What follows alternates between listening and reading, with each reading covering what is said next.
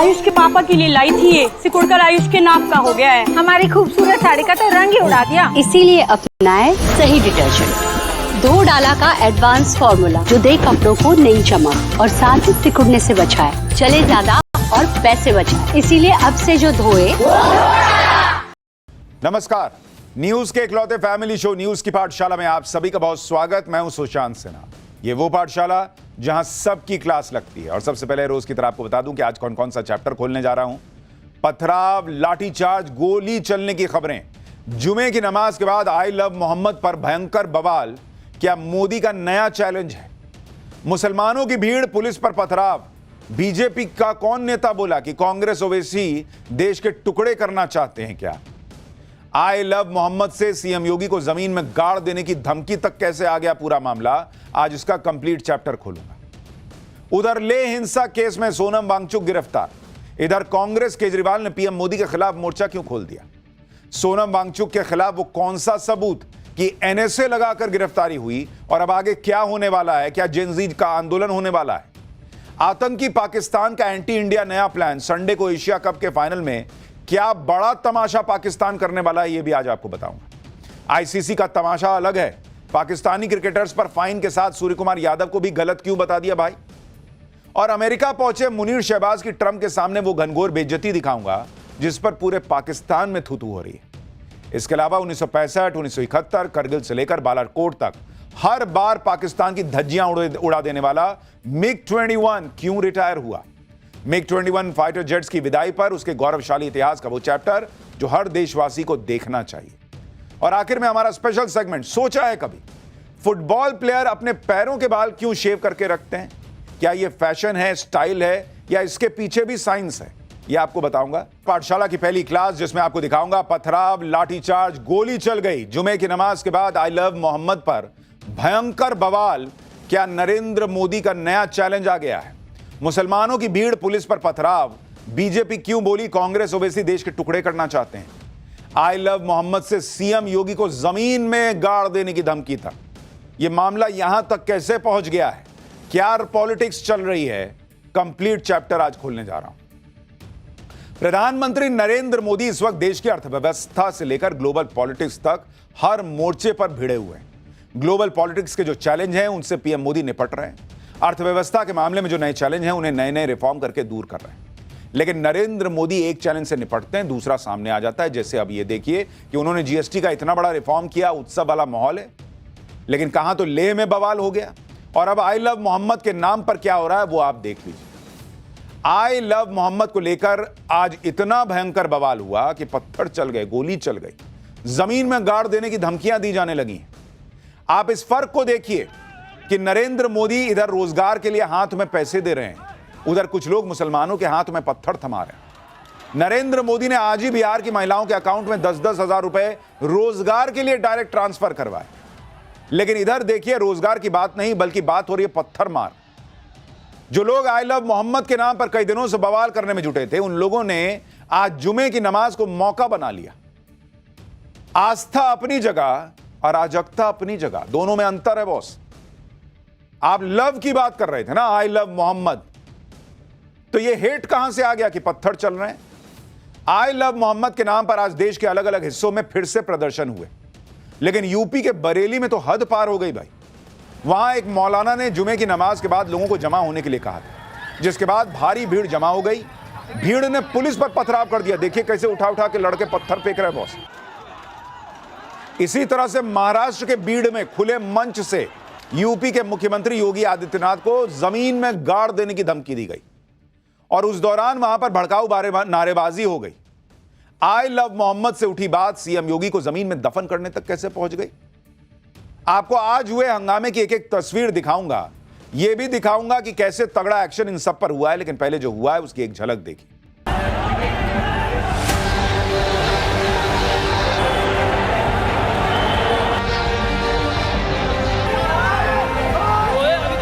इसमें कौन सा वायलेंस का प्रमोशन का बात है? जब लव से लव आ रहा है तो उसमें आपको तकलीफ क्यों रही? वो मुस्लिम के नेता हैं, मुसलमानों को भड़कावे ओवैसी। जिस तरह से कुछ दिन पहले ये झूठी खबर फैला दी गई थी कि आई लव मोहम्मद का पोस्टर लगाया इसलिए एफआईआर हो गई, और उसके बाद से जगह जगह आई लव मोहम्मद को लेकर भीड़ निकलने लगी थी। उसी से लग रहा था कि कुछ तो पर्दे के पीछे चल रहा है। और अब आई लव मोहम्मद को लेकर जो हंगामा हो रहा था वो आज आउट ऑफ कंट्रोल होता दिखाई दिया। दरअसल बरेली के मौलाना तौकीर रजा ने कानपुर वाली घटना के विरोध का ऐलान किया था। आज जुमे की नमाज भी थी। मौलाना तौकीर रजा के ऐलान के बाद बड़ी संख्या में लोग मस्जिद के बाहर पहुंच गए। लोगों के हाथ में आई लव मोहम्मद के पोस्टर थे, लोग नारेबाजी कर रहे थे। मौलाना तौकीर रजा ने मुसलमानों से इस्लामिया ग्राउंड में प्रदर्शन करने की अपील की थी। जुमे की नमाज के बाद भीड़ सड़क पर उतर आई और जबरन ग्राउंड में जाने की जिद पर अड़ गई। सैकड़ों लोगों की भीड़ ग्राउंड में घुसने की कोशिश कर रही थी, उसकी तस्वीरें आई। फिर पुलिस ने लोगों को समझाने की कोशिश की। पुलिस ने कहा कि किसी भी तरह के प्रदर्शन की इजाजत आप लोगों ने ली नहीं है, इतनी भीड़ लेके आप कैसे आ गए? लेकिन भीड़ मान ही नहीं रही थी। तभी अचानक भीड़ उग्र हो गई और पथराव शुरू हो गया। भीड़ में कुछ लोग पुलिस पर ही पत्थर चलाने लगे। आरोप तो यह भी है कि छतों से भी पथराव किया गया। आप ये तस्वीर देखिए, पुलिस के जवान पथराव से बचने की कोशिश कर रहे थे। लगातार पत्थरबाजी चलती रही। पुलिस को बचाव में आंसू गैस के गोले तक दागने पड़े। बरेली में जगह जगह इसी तरह से भीड़ जमा होती जा रही थी। इस्लामिया मैदान और बिहारीपुर में सुरक्षा के लिए पुलिस भी तैनात थी। लोगों ने जुमे की नमाज पढ़ी और मस्जिद से बाहर आए और उसके बाद भीड़ बढ़ने लगी। प्रदर्शन के लिए मैदान तक जाने लगी भीड़, तो पुलिस ने भीड़ को रोका कि भाई परमिशन नहीं, कहां जा रहे हैं आप लोग। पुलिस ने काफी समझाने की कोशिश की, लेकिन कोई समझने को तैयार ही नहीं था। लोग नारेबाजी करते चले जा रहे थे। भीड़ पुलिस का घेरा तोड़कर आगे बढ़ने लगी, तो पुलिस को लाठी चार्ज करना पड़ गया। आप देखिए कितनी भीड़ जमा हो गई थी। सबके सब नारेबाजी कर रहे थे और पुलिस की सुनने को तैयार नहीं थे। बेकाबू भीड़ को कंट्रोल करने के लिए पुलिस को लाठीचार्ज का सहारा लेना पड़ा। अब इन तस्वीरों को भी दिखाकर माहौल बनाया जा रहा है सोशल मीडिया पर कि देखो आई लव मोहम्मद बोल रहे थे तो पुलिस मारने लग गई। जबकि कहानी क्या है मैं आपको बता रहा हूं कि भाई पुलिस कह रही थी परमिशन नहीं है प्रदर्शन का, इतनी भीड़ जा रही है, इसकी इजाजत नहीं है।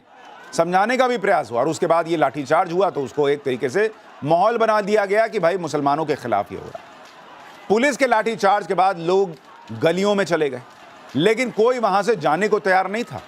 पुलिस ने गलियों में घुस घुस कर प्रदर्शनकारियों को खदेड़ा और इस दौरान कई लोग गिर भी पड़े। पुलिस के एक्शन के बाद जब लोग वहां से हटे तो चारों तरफ चप्पलों का ढेर दिखाई दे रहा था। पुलिस के लाठीचार्ज का एक और वीडियो आपको दिखाता हूं। पुलिस ने गली मोहल्लों में घुसकर प्रदर्शनकारियों को खदेड़ा, जो लोग नारेबाजी कर रहे थे और बचने के लिए गलियों में छिप गए थे। पुलिस ने वहां से भी डंडे मार मार के लोगों को भगाया। लाठीचार्ज वाली जगह से एक ग्राउंड रिपोर्ट आपको दिखाता हूं। देखिए यहाँ पर जो पथराव लाठीचार्ज हुआ था उसके बाद पुलिस फोर्स यहाँ पर लगातार जो है मार्च कर रही है। और यहाँ पर मैं आपको दिखाना चाहूँगा, अपने कैमरामैन से आग्रह करूँगा, ये मस्जिद के पास जो भीड़ है वो अभी तक यहाँ पर जो है बैनर पोस्टर लेके जुटी हुई है और लगातार पुलिस की तरफ से अपील की जा रही है कि यहाँ पर भीड़ मत लगाइए और यहाँ से जो है सभी लोगों को यहाँ से हटाया जा रहा है। और देखिए ये तस्वीरों देखिए, इन सब लोगों को यहाँ से हटाया जा रहा है और पुलिस के द्वारा कहा जा रहा है कि ये सब लोग अपने अपने घरों को चले जाएं। लेकिन जो उपद्रवी हैं, जो यहाँ पर नमाज पढ़ने के लिए लोग आए थे, उनका उत्साह अभी भी कम नहीं दिखाई दे रहा है और लगातार अभी भी बैनर पोस्टर दिखाकर वो अपना प्रदर्शन जो है वो लगातार कर रहे हैं। आप बरेली में जो कुछ हुआ उससे सवाल खड़ा हो रहा है कि क्या ये सब पहले से प्लान था। और सबसे ज्यादा चर्चा तौकीर रजा की हो रही, क्योंकि आरोप लग रहा है कि मौलाना तौकीर रजा के भड़काने पर ही लोगों की भीड़ जमा हुई। अब पुलिस हंगामा करने वालों के खिलाफ एक्शन की तैयारी कर रही। बरेली में पत्थरबाजी के बाद फायरिंग होने की भी खबरें हैं। फायरिंग में कुछ पुलिस वालों को चोटें भी लगी हैं, कहा जा रहा है। बरेली के हंगामे में कुल 10 पुलिस वाले भी घायल हुए हैं। पुलिस ने कुछ लोगों को गिरफ्तार भी किया है। बरेली में 3 जगहों पर पत्थरबाजी की घटना हुई। वीडियोग्राफी के आधार पर आरोपियों को पकड़ा जा रहा है। घटना में शामिल लोगों पर कानूनी कार्रवाई की जाएगी। मौलाना तौकीर रजा पर भी एफआईआर हो सकती है, यह भी कहा जा रहा है। यानी पुलिस इस मामले को हल्के में लेने के मूड में नहीं है। पूरे हंगामे के वीडियो बने हैं और उसके आधार पर एक एक को चुन चुन के, भाई लोकल में तो सबको पता है कि ये कौन है कौन है। अब पुलिस सबको वीडियो में देख के आइडेंटिफाई कर रही है, एक्शन हो रहा है। सुनिए पुलिस क्या बता रही है। बरेली के मौलाना तौकीर रजा ने आज ऐलान किया था कि वो आज यहां पर नमाज पढ़ेंगे और उसके बाद ज्ञापन देंगे। डीआईजी सर हमारे साथ हैं। अजय सर यहां पर आकर लगातार पेट्रोलिंग कर रहे हैं, लोगों को समझाया भी था, बात भी की थी, लेकिन थोड़ा बल प्रयोग भी देखने को मिला। सर क्या कुछ मामला था? नमाज पढ़ के लोग निकले, नारेबाजी भी देखने को मिली यहाँ पर।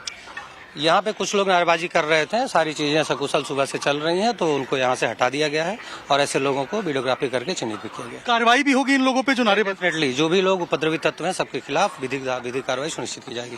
तौकीर रजा के ऊपर भी आप लोग कार्रवाई करेंगे क्योंकि ऐलान उन्होंने नहीं किया था इसके? हाँ, वो सारी चीजें हम लोग देख रहे हैं, सारे बिंदुओं को हम लोग देख रहे हैं।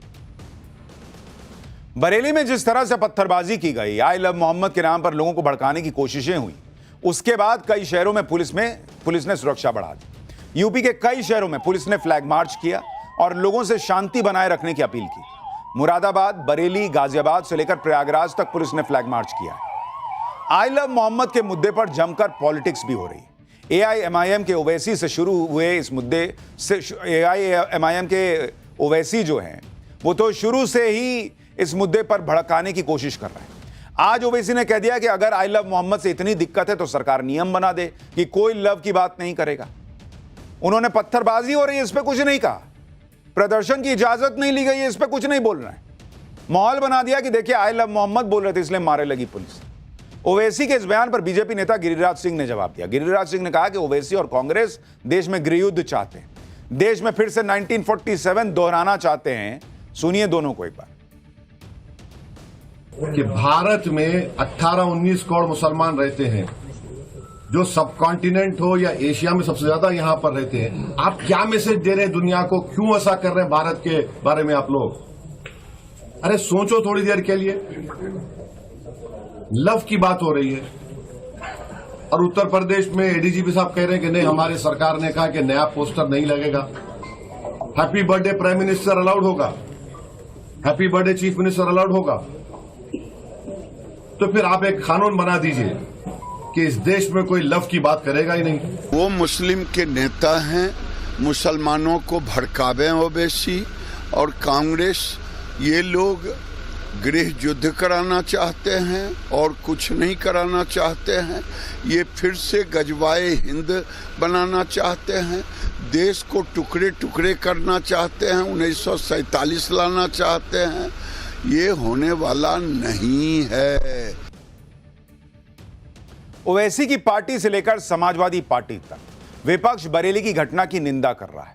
अखिलेश यादव ने कह दिया कि सरकार की तरफ से ताकत का इजहार करना उसकी कमजोरी की निशानी होती है। सरकारें लाठीचार्ज से नहीं सौहार्द सद्भाव से चलती हैं, घोर निंदनीय। इनमें से एक नेता नहीं कह रहा है कि पत्थरबाजी भी निंदनीय है।